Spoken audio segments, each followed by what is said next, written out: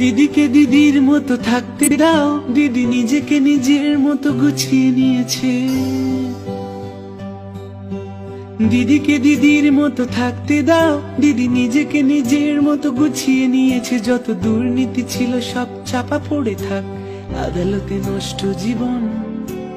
তোমার এই রাজ্যে চাকরির খোঁজ যেন মরুতে পাওয়া মরিচিকার মতন। যদি খুঁজে পেতে চাও তবে টাকা ঢেলে যাও, এক্সাম দিতে হবে না না না না।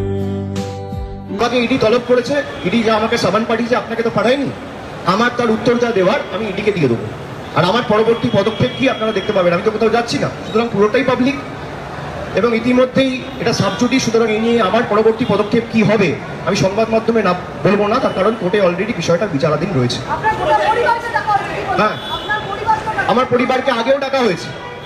আমায়, আমার স্ত্রীকে, আমার শালিকাকে অন্য কেসেও ডাকা হয়েছে। এখন অন্য কেসে প্রোটেকশন রয়েছে, সুপ্রিম কোর্ট বারণ করেছে, সুপ্রিম কোর্ট প্রোটেকশন দিয়েছে, কিছু করতে পারছে না, তাই অন্য কেসে ট্যাগ করছে। এটা 2 বছর 2.5 বছর ধরে চলছে। আমি তো সোজা একটা কথা বলছি, আমার বিরুদ্ধে কিছু থাকলে কোর্টে জমা দিন। কোর্টেও তো বিচারপতি একই কথা বলেছিল যে কি আছে কেস ডায়েরি জমা দিন। আমি তো বারণ করছি না, কেস ডায়েরি দেখার অধিকার একমাত্র ইনভেস্টিগেটিভ এজেন্সি আর বিচারপতি রয়েছে। তবে ইডির কি গ্রহণযোগ্যতা, আমি ইডিকে যেটা লিখে পাঠাচ্ছি, শুভেন্দু অধিকারী সেটা টুইট করছি। আমি এ নিয়েও আগামী দিন সুপ্রিম কোর্ট যাব। আমি ইডিকে, আমার আর ল এনফোর্সমেন্ট এজেন্সি, আমার আর ইনভেস্টিগেটিভ এজেন্সি, তদন্তকারী সংস্থার মধ্যে কি চিঠি এক্সচেঞ্জ হয়েছে সেটা শুভেন্দু অধিকারী টুইট করে জানাচ্ছে। এর একটা সিবিআই ইনকোয়ারি হোক না, বা এর একটা ইডি ইনকোয়ারি হোক না।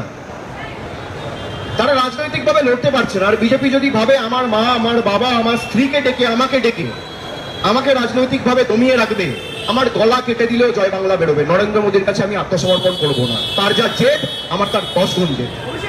নরেন্দ্র মোদীর জেদ অভিষেক বন্দ্যোপাধ্যায়কে দমিয়ে রেখে তাকে আত্মসমর্পণ করা, আর আমার জেদ মাথা উঁচু করে তোমার দিল্লিতে গিয়ে আন্দোলন তৈরি করে মানুষের অধিকার, বাংলার অধিকার তোমার চোখের সামনে আমরা ছিনিয়ে আনবো। তোমার ক্ষমতা থাকলে তুমি আটকাবে।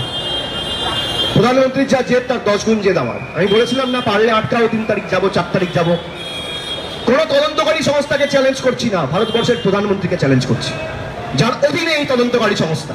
আশেপাশে উনি আর নেই, ওনাকে নিয়ে কথা তুলো না কেউ। সে তো পুলিশের সমুদ্রে গুনেছি ঢেউ।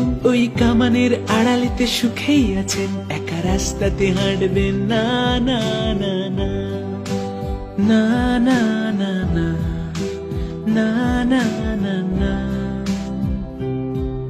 এই রাজ্য আজকে ছারখার, তবু গল্প লিখছি জিতবার।